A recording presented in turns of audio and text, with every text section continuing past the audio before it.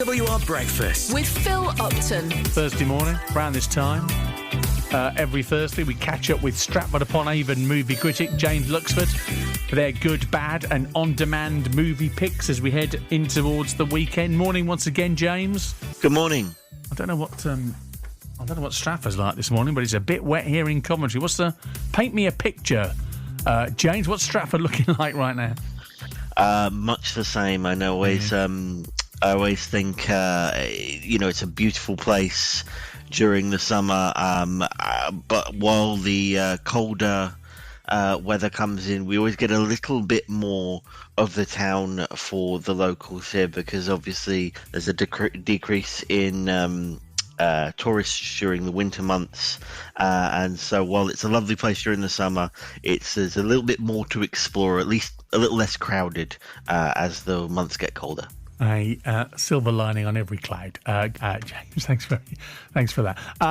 Good, bad, on-demand choices for us this morning. So James every week will pick something that he recommends and something that they think that we should definitely make part of our weekend. Likewise, they'll also suggest something that you think we should stay well away from, and an on-demand choice which we can hopefully all enjoy from our various services in our video box sets at home. So, James, let's start with your good choice, shall we, for this week? My good this week is Hocus Pocus 2 on Disney Plus Friday, a family sequel that sees the return of 3 wicked witches on Halloween night.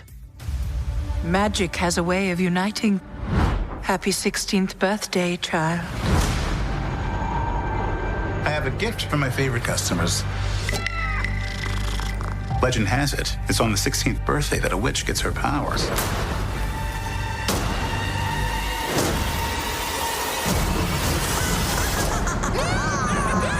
up your children!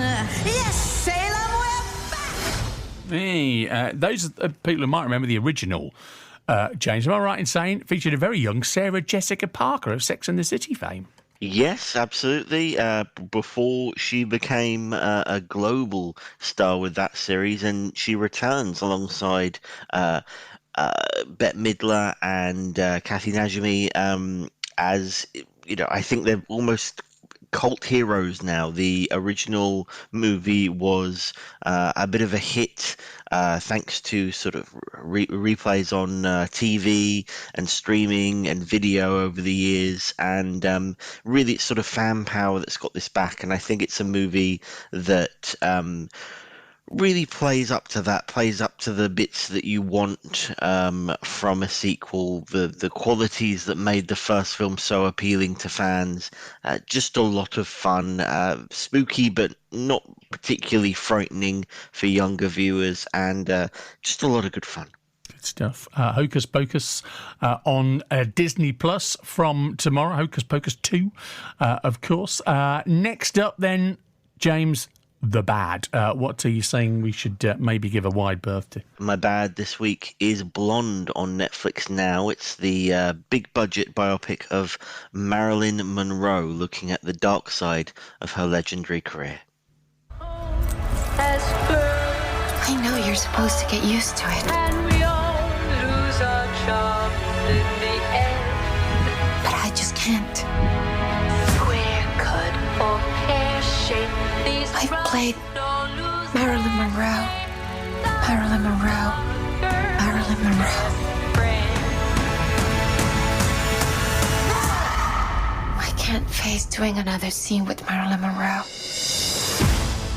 Seen a couple of the trailers for this, and certainly if you got Netflix at home, you'd have seen the icons there for you to click on and have a look at it for yourself. But clearly, James, doesn't quite work for you.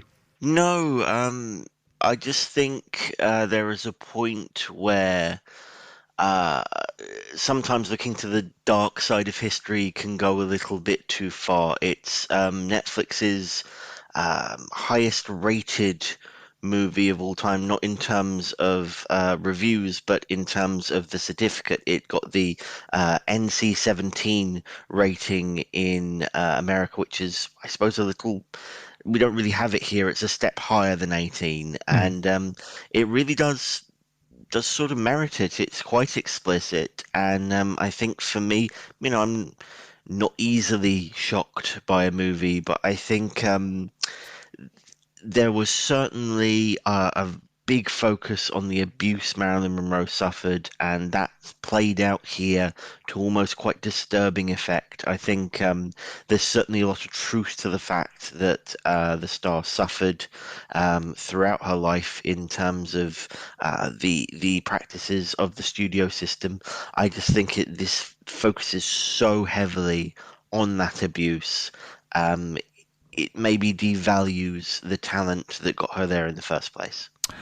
Monroe, Marilyn Monroe biopic. It's called Blonde, and it's on Netflix now. Let's go to an on-demand choice then, something we can all watch at home this weekend. What have we gone for here, James? My on-demand this week is Wonder Woman on ITV Hub now. Gal Gadot plays the title role of a superhero who arrives from a distant land to save the world during World War I. I used to want to save the world.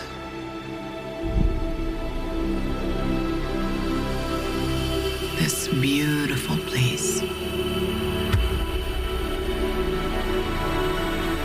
But the closer you get, the more you see the great darkness within.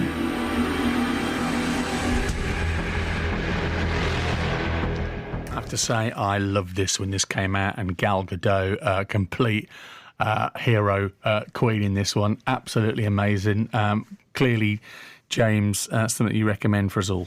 Absolutely. I think Gal Gadot very well suited to the role. A great movie. Very reminiscent to me of the Christopher Reeve Superman films.